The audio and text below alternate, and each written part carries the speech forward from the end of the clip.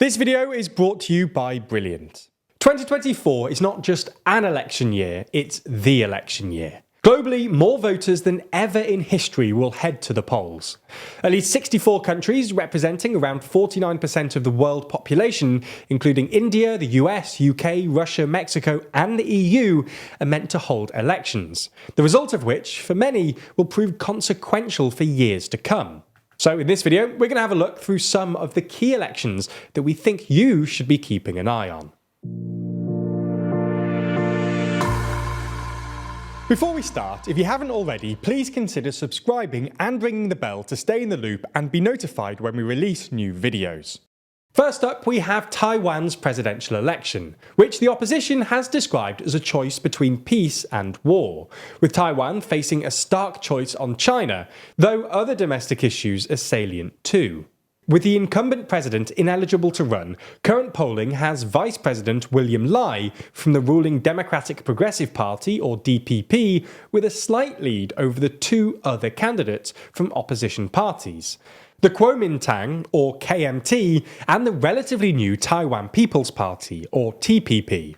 Lai and the ruling DPP come from the side that emphasises Taiwanese independence, ties with the United States, and strengthening defence, while the KMT are friendlier with China and would re-engage in communication with Beijing, seeing warming relations as the best guarantee of Taiwanese security. The KMT say the election is a choice between peace under them or war with China under the DPP, while the DPP say it's a choice between democracy under them or autocracy, claiming the KMT would accelerate Chinese unification. Meanwhile, the third party, the TPP, has thrived on an anti-establishment stance and strong support from young people disaffected by the traditional two parties. The KMT and the TPP actually sought, but ultimately failed, to unite as a joint opposition ticket to challenge the ruling DPP, and both opposition candidates are currently trailing behind Lai in the opinion polls. Next up is El Salvador, a country once labelled the deadliest in the world, that has become safer under the presidency of Nayib Bukele, the self-proclaimed world's coolest dictator.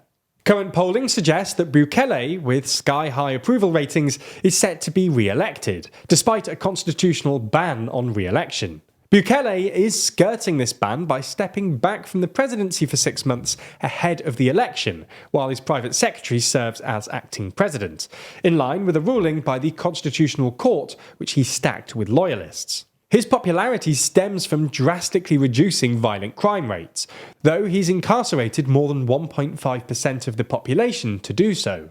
There are two other opposition candidates to point out, both of which are lagging far behind. These are Manuel Flores of the FMLN and Joel Sanchez of the Nationalist Republican Alliance. Now over to Pakistan, where things in recent years have been pretty messy. The country, currently run by a caretaker government, delayed elections meant for the end of last year until February, and as of January they may be delayed again. The opposition suspects the military, seen as the main power broker in Pakistan, are creating delays to give them more time to influence the electoral outcome. The military seems to be betting on former Prime Minister Nawaz Sharif, leader of the centre-right Pakistan Muslim League, or PML, who's been brought out of exile to run for what would be his fourth non-consecutive term. Meanwhile, popular ex-Prime Minister Imran Khan, ousted by a no-confidence vote in 2022, remains behind bars facing corruption charges, and his PTI party struggles to get its nominations approved. In this context, public opinion is reportedly tilting in favour of the PML, should the PTI not run, and it seems likely that Sharif, with the backing of the military, will win. However, Sharif probably won't have a huge amount of power on security issues, which are a really pressing problem for Pakistan, which saw a 60% uptick in attacks by armed groups in 2023. These issues will most likely be left to the military, which has sustained its important role through economic and political crisis. In one of the globe's biggest democratic exercises, almost 200 million Indonesians will, in February, elect a president, vice president, and nearly 20,000 representatives across different levels of government. After 2 successful terms, President Joko Widodo's time is up. Known as Jokowi, the president enjoys high popularity with about 80% approval. After boosting Indonesia's GDP by 43%, placing Indonesia among the fastest growing economies, Indonesia is considered as one of 6 swing states which will significantly influence the future international order. While Jokowi is stepping down, on the back of his successes, he appears to be creating something of a Jokowian dynasty. The Valentine's Day vote will see Jokowi's son, Gibran Rakebuming Raka, as the vice presidential candidate for the current frontrunner. Indonesia's top court controversially made an exception for 36-year-old Gibran to run despite being underage. He's the running mate of Jokowi's defence minister Prabowo Subianto, who looks most likely to win according to current polling. They face contenders Ganjar Pranowo and Anies Baswedan. However, the 3 candidates' pitches are generally pretty similar, continuing Jokowi's economic legacy, nicknamed Jokowinomics. It's basically a race for which candidate can emulate his legacy the most. Africa's Sahel region has been destabilised by coup after coup, but Senegal is clinging on as a relatively democratic and stable oasis, with the presidential election scheduled for late February. Having been led by just 4 presidents since independence from France in 1960, and in a region where peaceful transfers of power shouldn't be taken for granted, it was to the relief of the public that incumbent President Macky Sall decided not to run for a 3rd term, rather than testing the country's 2-term limit, having already been accused of overseeing a democratic erosion. Liberate the People opposition coalition leader, Ousmane Sonko, is popular amongst the youth for his platform of radical opposition to the system and greater economic independence, and is seeking to channel that into a successful run for president. But he faces many legal battles that have so far prevented his official candidacy. Without reliable polling at the moment, the main question is whether Sonko will be able to run at all. If not, Prime Minister Amadou Ba, from Sall's ruling alliance, could be the favourite to win in a fairly crowded field.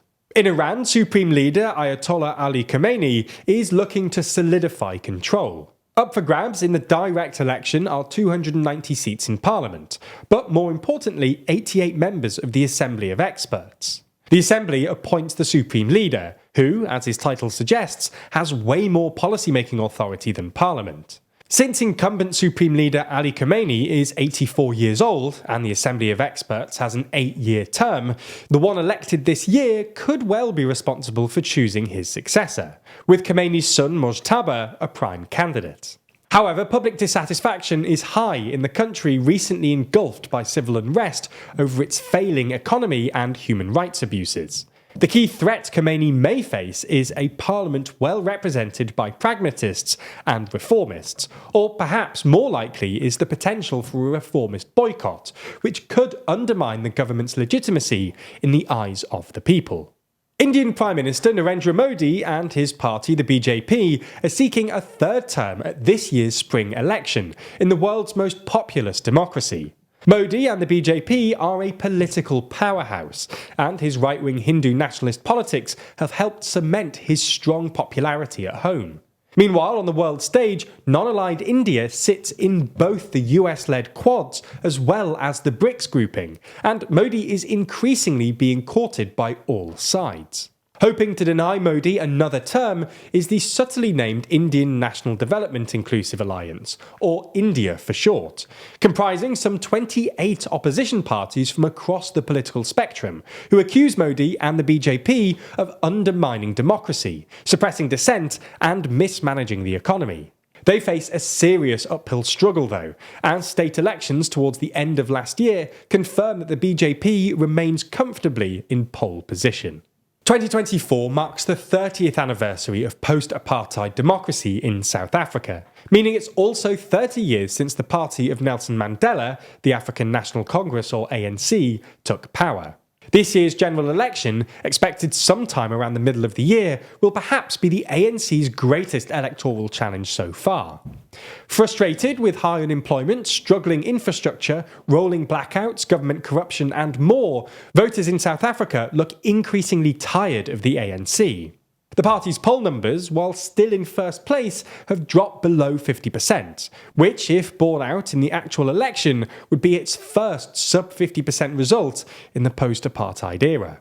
With the election looking increasingly competitive, a handful of opposition parties, led by the Democratic Alliance, have formed the Multi-Party Charter, aimed at ousting the ANC. If the ANC do come first, as they always have done, but lose their parliamentary majority, then the election of a president by lawmakers suddenly becomes a lot trickier than usual. And the ANC may be forced to look for support from other smaller parties, like the far-left populist Economic Freedom Fighters, or EFF. Mexico's June 2nd election will almost certainly deliver the country its first ever female president, as the top two candidates are both women. Claudia Sheinbaum, former Mexico City governor, is the political heir of incumbent leftist president Andrés Manuel López Obrador, or AMLO, who is limited to a single 6-year term. The candidate for the main conservative opposition alliance is Xochitl Gálvez, a straight-talking senator whose profile has been raised by AMLO's verbal attacks against her.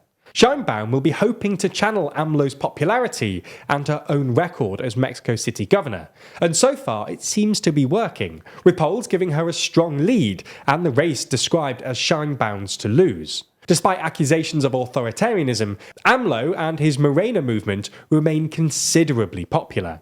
And while Galvez will benefit from being well-liked and considered more of a political outsider, she could be held back by the fact that the parties nominating her are those that ruled Mexico for decades pre-AMLO. With issues like security, the environment, inequality, and poverty at play, the election will be important not just for Mexico, but for the wider region. So, those are some interesting and important elections to look out for this year. We've obviously omitted some. We probably didn't need to tell you that the US election, for example, is an important one, or that Vladimir Putin is on course to remain Russian president. There are also plenty of others we couldn't fit into this single video, so comment down below any elections you think we should have highlighted or that deserve their own full video, and make sure to give us your predictions too. As we step into 2024, many of us are contemplating our New Year's resolutions, always looking to improve ourselves and learn more about the world around us. And while our content is always a good starting point, a lot of stuff we talk about can seem pretty complicated, especially when we dive into analytics and detailed data. But luckily there's a fun and easy way to learn more, which also doesn't cost thousands of dollars or take years and years of schooling. That's because Brilliant is the best way to learn maths, data science, and computer science interactively. And the good thing is, it doesn't take long to learn either. These complex topics are broken down into small but accessible chunks, designed around your busy schedule. Even just a few minutes a day can help you with accumulating new knowledge over time in a fun and engaging way. As time goes on, you'll also get used to that empowering feeling of learning too, because Brilliant isn't just about memorization and lectures. Brilliant teaches you by doing, using active learning techniques to teach you the principles behind otherwise quite complex subjects, and ensuring you actually understand what's going on. So whether you want to brush up on your basic maths skills, improve your employment prospects, or just have another New Year's resolution for 2024, you can check out everything Brilliant has to offer free for a full 30 days by going to brilliant.org/TLDR. Plus, the first 200 of you will get 20% off Brilliant's annual premium subscription. Thanks for your support.